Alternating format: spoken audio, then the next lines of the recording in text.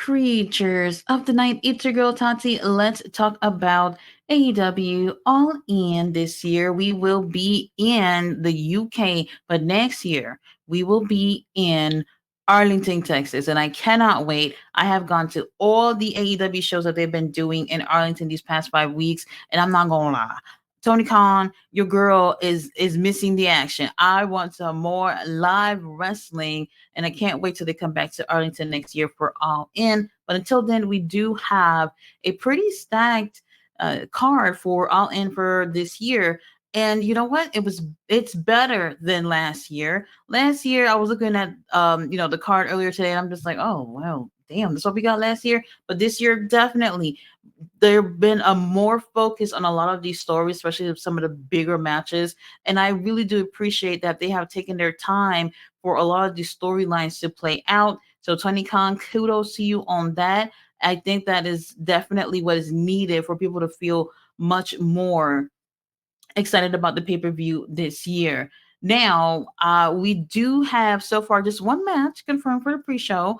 And then I believe we have 9 matches in total for the main card. And knowing Tony Khan here, I'm sure they're definitely going to add some pre-show matches, and they're definitely going to maybe, just maybe, add in another match on the main card, especially since we left the Continental title with a draw on Dynamite. So who knows where that's going to go? Maybe we might see Claudio and Okada go at it again. But you guys, let's talk about this pay per view. I can't wait to see what they give us. Now, there's options for you to watch it. You can go and watch it at the movie theaters, Dave and Buster's. There are other streaming sites that you can use so that you can purchase a pay-per-view if you ain't using pause on. There's a lot of options. Now I will say this, for those of us in the United States, it is a much more expensive thing to purchase. It's $50. For those of you who want to order through Triller TV, they actually have a deal right now for both All In and All Out. All Out is 2 weeks away from All In. That will be in Chicago if anybody want to go get tickets. And for both of those pay-per-views, it's for $84.99 for both of them. So if y'all want to go ahead and purchase, go ahead and get you the pay-per-view bundle deal that they're going to be having. For some people, I guess that's worth the price. If not, then whatever avenue you want to use to go ahead and watch pay per view, that's on y'all. But Tony Khan, you been got my money on this pay per view.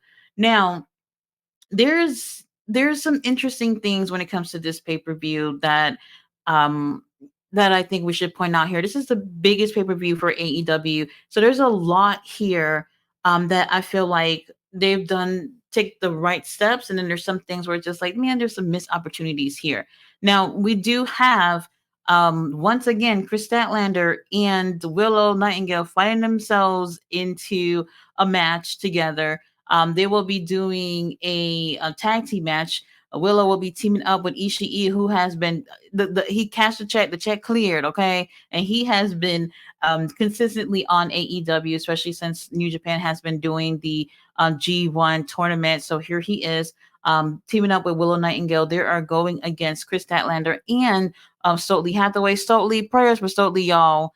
Stokely been training. He's working real hard to be on this show.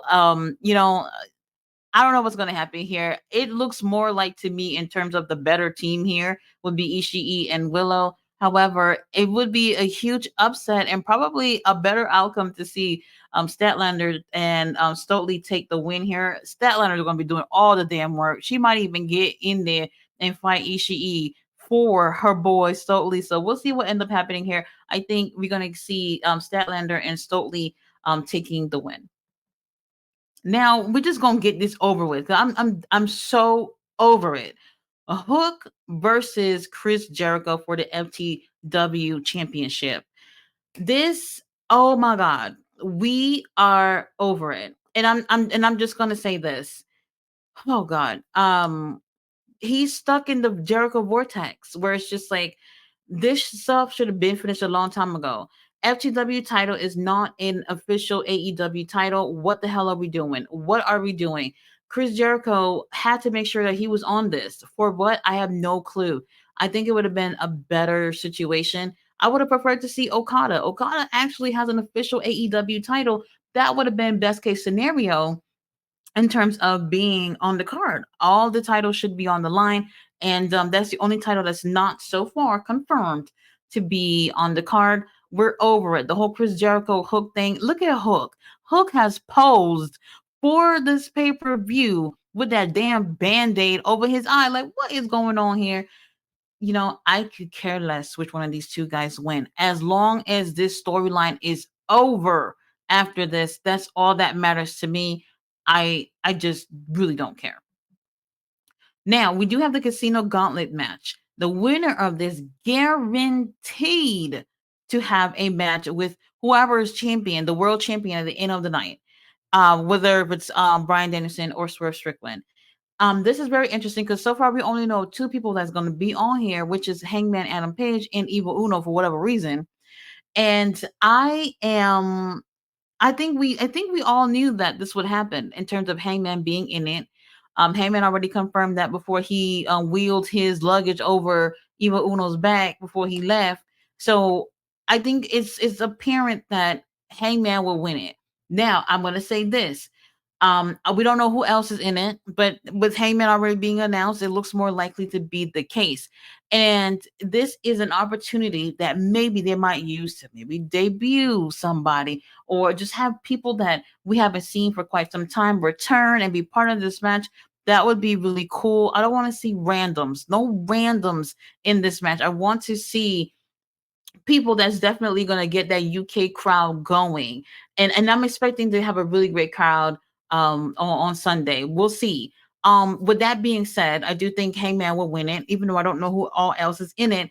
I still feel like there should have been another opportunity of a gauntlet match or something of the sort for the ladies because we have only guaranteed 6 women out of the entire women's division to be part of this damn pay-per-view. And I honestly felt like if they were to do a gauntlet match for the ladies where they could be fighting for the TBS title or an opportunity to go for the women's title, this would ensure that more women who are on the roster would get a chance to have an all-in moment, or at least say they got a chance to participate, because 6 women out of the whole roster is involved, which is crazy to me. And I wish there's a way that we can involve these ladies more. I don't know what we're gonna do, but that's not a case here. We're gonna get only a Casino Gauntlet match for the men's, and Hangman for sure I think it will be taking the win, but we'll see who else is going to be in that match. All right. Oh yeah, wait a minute. Didn't Orange Cassidy want to be in there? So I think it's Orange Cassidy, Evil Uno, and what's his name? Hangman, that are so far only ones confirmed. Remember, they were fighting for opportunity to be in the match, whatever, to be first in the gauntlet match. Man, I'm over it. Whatever. Hangman for sure. Now the tag titles are on the line. FTR versus Young Bucks versus Acclaimed. I'm over it with this one too. Next year, I'm saying this now. Next year, I don't want to see this. I don't want to see none of these teams next year. In terms of the title picture, we're seeing the same things over and over again. And just different variations. I would have loved to see other tag teams get an opportunity to be on this card. It would have been great. But once again, we're with FTR and Young Bucks right back at it again. This time we have the Acclaimed. I'm not sold on any of these guys at all. I don't care which one of these guys take the win. I just want the tag division to be elevated. And so far, since the Young Bucks have won it, there has been like no elevation in terms of the championships. It's just literally been on their freaking shoulders for the past few months, and really, there's nothing going on. However, we have seen other tag teams put in a lot of work and getting nothing out of it in terms of an opportunity to go for the tag titles. For me, I don't care who ends up taking the win here. It would probably, I think, will stay with the Young Bucks for whatever reason. No clue. Whoever wins it here, I don't want to see FTR or the Young Bucks in the tag title picture from here. We need to be giving opportunities to other teams. So for me, I do think, unfortunately, the Young Bucks will retain. Now, we have the trios titles on the line. We have our stepdaddy with the patriarchy, which is Nick Wayne and Killswitch. Killswitch need to be holding that title out to the ring. Mama Wayne, give him his damn title. They are going against House of Black. They're also going against the Bang Bang Gang, which is Juice and the Ass Boys. And then there is a wild card. There is a team that has not yet been announced for this match. I don't know who it is. I maybe I'll be a little biased here. I would like to see uh the patriarchy retain. However, I would like to see more because they really haven't done anything with it, to be honest, since they won the titles. And I would like to see what they can get out of it before it changes hands. So personally, I would love to see the patriarchy takes the win. However, we don't know what trio is going to end up taking that spot here. So it really does depend on what trio would be there as well. So I'm not sure. But for me, I would love to see the patriarchy retain. But then again, I was like, you know what? I would love to see House of Black. I would love to see them too. They had the titles before. We got nothing out of that. We barely got anything out of the Bang Bang Gang having it. Probably the patriarchy retaining might be best case scenario. Now, casket match. We have Darby Allin in another casket match in at All In. He's going to be going against the scapegoat, Jackson Perry, for the TNT title. Last time Darby had the TNT title, wasn't it like early last year, something like that? Did he get it from Samoa Joe or Samoa Joe got it from him? Whatever the situation is, I would prefer to see Jackson Perry retain. Jackson Perry, he's young. This is his first time having this title, and I feel like we've gotten nothing out of it so far. Barely anything. He went against Marco Stunt in terms of his first opponent with that title, and man, it just wasn't pretty. And since then, it hasn't necessarily been much of a run to me. So I would love to see them actually give him a real opportunity to have a real run with this. I would prefer to see him take the win here. So my pick here is for Jackson Perry to retain. Darby, I love you, but no. All right. CEO versus DMD. Um prior to Dynamite, my my prediction was a little different. And I'll tell you why. So DMD and CEO did a promo. And one of the last things that DMD said to Mercedes was that Mercedes has always been one of four, but she's been one of one. And I thought that was very interesting because I was like, not almost, that does discredit how active Jamie Hayter was for DMD. And prior to that, I had kind of felt like I don't know what will happen, but I can see Jamie Hayter returning to help DMD. But then since she said she was always been one of one, it made me change my mind and said Jamie Hayter may return and cost her the match. I could be wrong. If that happened, that would be great too, because either way, we're gonna get our girl back. And we haven't had an update or nothing on Jamie. Damn, man, how are you doing, Jamie? I am not sure if that would end up happening. My opinion is that we haven't really seen anything out of Mercedes either. It's a lot of people with titles that we've hardly seen anything with, to be honest with you. Mercedes has two titles. Next Friday, she's going to be going against Momo Watanabe at Capital Collision for she's going to be defending the New Japan women's title. So that's another thing. So even if she loses the TBS title, she still has another title that she's going to have to defend. And I would love to see more of Mercedes. If DMD won, that would have been I too. To be honest, I've never really been sold on DMD, but I'm hoping that either way that Jamie Hayter returns and do something in this so we can get our girl back. I do believe that Mercedes is going to retain. Now, here we have Tony Storm versus Mariah May, and this is for the AEW Women's Championship. This right here, no doubt in my mind, Tony Storm will retain. Did I say any titles won't change hands yet? Actually, no, I did not. Now that gets me to be a little bit worried as we move up and up on the card. Okay, so this right here is definitely out of everything. I am 100% sure about this one. Tony Storm is going to retain. There's just no way. Mariah, look, this story has been solid for the most part. I think these past few weeks, since Mariah has pretty much gone out on her own, it started to die down. And I'm gonna say why is because I feel like that obsession with Tony Storm is still there. And instead of us really getting a chance to know Mariah these past few weeks as, Mariah, the glamour Mariah, we still getting to see her being Tony Storms in some ways. And I just wish that it would just have been 100% Mariah. So for me, I've always felt like Tony Storm, there's no way. There is just no way she's losing that. We do have to also point out here Mina Shirakawa, I believe, will be out there. Something's gonna happen. I don't know whose side is she on. She don't know whose side she on. She said she been calling the girls, trying to find out what's going on, and trying to play peacemaker, and they're not returning her phone calls. So we don't know what's gonna happen.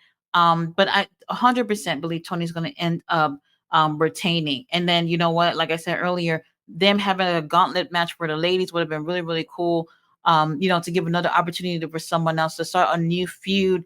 And for whatever reason, I don't necessarily see this feud finishing here. Who knows? It might end up dragging it out to All Out 2 weeks later. Tony Storm, that title girl, is not going anywhere. Now, our scumbag, MJF Maxwell Jacob Freeman, versus our bruv, Will Ospreay, for the AEW American Championship. Wow, I am still divided on this one. This one right here. I've actually enjoyed what MJF been doing. Being that annoying American with the title, I think has been pretty interesting.